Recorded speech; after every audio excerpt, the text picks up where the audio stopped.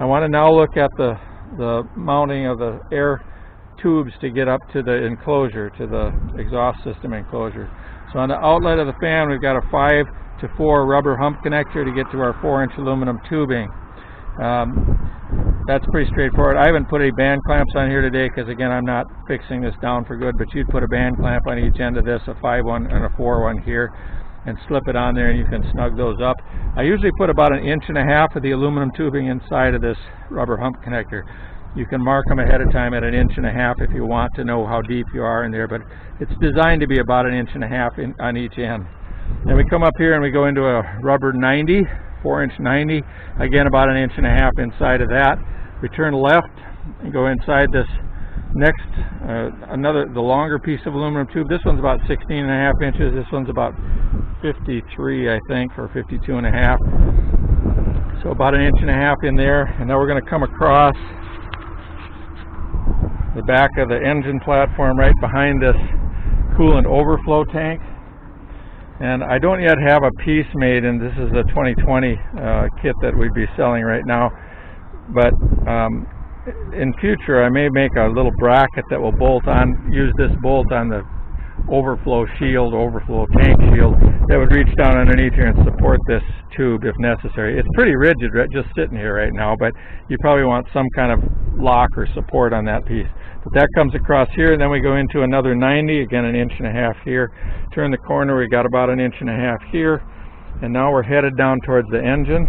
It looks like I've smudged this to the left just a little bit so that it's maybe not a perfect 90 here, but these things are these rubber fittings are a little bit forgiving. You can get a little ways plus or minus from 90 degrees, and when you tighten the clamps up, it'll behave.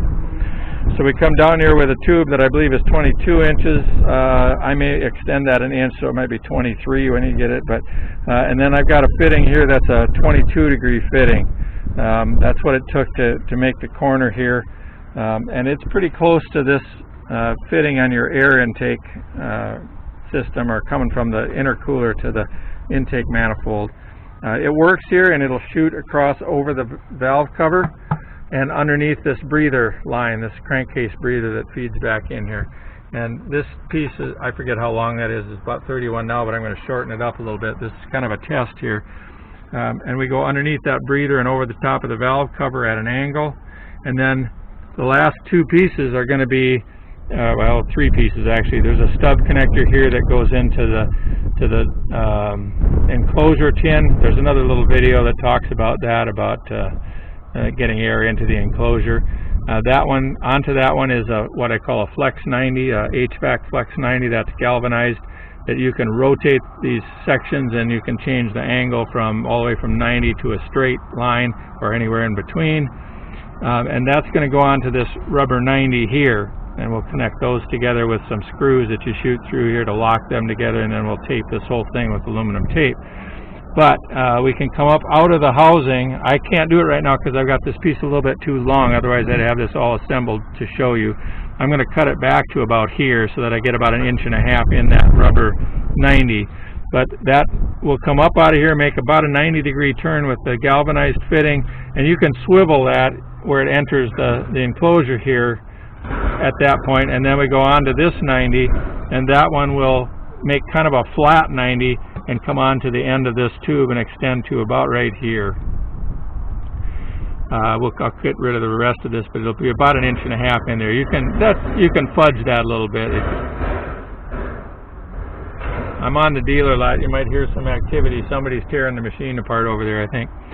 Anyway, we'll slide that on here, and now, so we'll come back through this tube, make a 90, and then make a 90 through the galvanized fitting down into the enclosure. And you can adjust these around to where you think you get the best alignment of everything and the best fit, and then we can tighten up all the band clamps.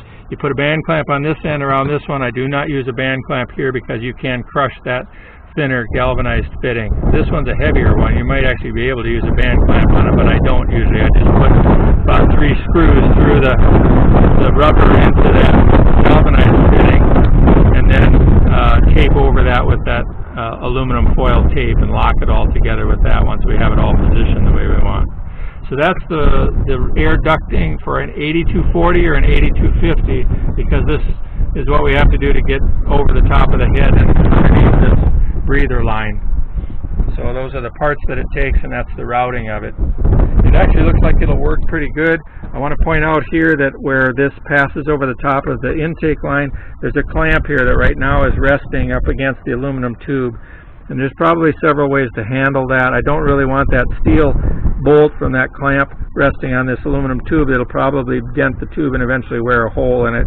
So I would either pad that with something, a piece of rubber, something like that, or it's possible you could, if you chose to, loosen up that back clamp, rotate it on that red clamp or rubber fitting that they have here, and retighten it again so that that head isn't bouncing against this or vibrating against this aluminum tube. The aluminum tube is relatively thin, and it's not going to be it's not going to win that battle. So you want it one way or another, you want to pad that or cushion it so that that head isn't wreak havoc with an aluminum tube.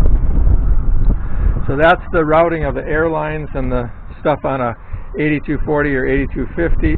Sorry, 8240, 8250.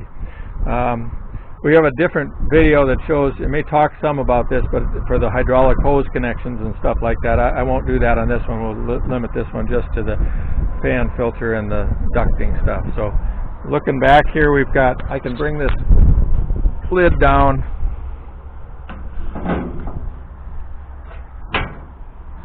Looks like maybe that's pretty close here.